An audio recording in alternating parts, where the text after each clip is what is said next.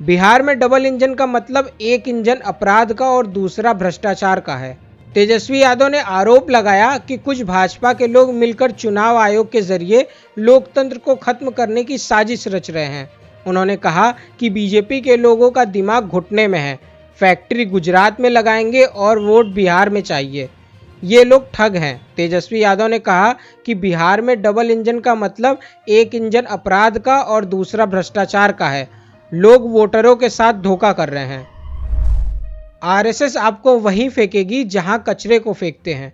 कांग्रेस अध्यक्ष मल्लिकार्जुन खड़गे ने नीतीश कुमार को घेरा। उन्होंने कहा, नीतीश कुमार जी वो एक जमाने में सोशलिस्ट की बात करते थे, सारे हिंदुस्तान में फिरके लोहिया का गुण गाते थे, जॉर्ज फर्नांडिस का गुण गाते थे, दूसरे नेताओं का गुण गाते थे।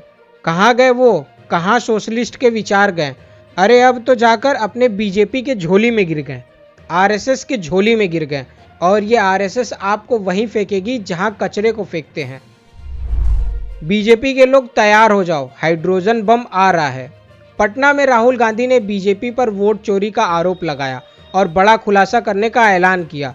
राहुल गांधी ने कहा, बीजेपी के लोग अच्छी तरह सुन लीजिए, एटम बम से बड़ा हाइड्रोजन बम होता है। बीजेपी के लोग तैयार हो जाओ, हाइड्रोजन बम आ रहा है। वोट चोरी की सच्चाई पूरे देश को पता चलने जा रही है। राहुल ने चेतावनी दी कि हाइड्रोजन बम के बाद प्रधानमंत्री मोदी लोगों के सामने अपना चेहरा नहीं दिखा पाएंगे। कुछ देश आतंकवाद को छुपा रहे हैं, इसका समर्थन कर रहे हैं। एससीओ समिट में पीएम मोदी ने पाकिस्तान के सामने जम्मू कश्मीर के पहलगाम में हुए आतंकी हमले का जिक्र किया। उन्होंने कहा कि कुछ देश आतंकवाद को छुपा रहे हैं और इसका समर्थन कर रहे हैं। पीएम मोदी ने सभी देशों से आतंकवाद के खिलाफ मिलकर लड़ने को कहा। इसके बाद पाकिस्तान के पीएम शहबाज शरीफ ने सफाई दी कि उनका देश हर पड़ोसी की इज्जत करता है और बातचीत के रास्ते पर भरोसा करता है।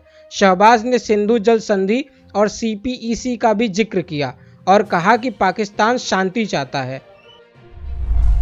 अखिलेश यादव की बिहार में चल रही वोटर अधिकार यात्रा में हालत न 3 में न 13 में जैसी रही। उत्तर प्रदेश के डिप्टी सीएम केशव प्रसाद मौर्य ने समाजवादी पार्टी के प्रमुख अखिलेश यादव पर हमला करते हुए कहा कि उनकी बिहार में चल रही वोट अधिकार यात्रा में हालत न 3 में न 13 में जैसी रही, जिसका मतलब है कि उनका कोई खास प्रभाव या भूमिका नहीं रही।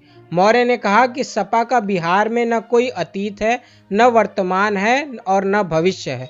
उन्होंने आगे कहा कि सपा का बिहार से संबंध केवल लालू परिवार से है। इसके चलते बिहार की जनता सपा की इस प्रतिभागिता को लेकर बड़ी उम्मीदें लगाए हुए नहीं है।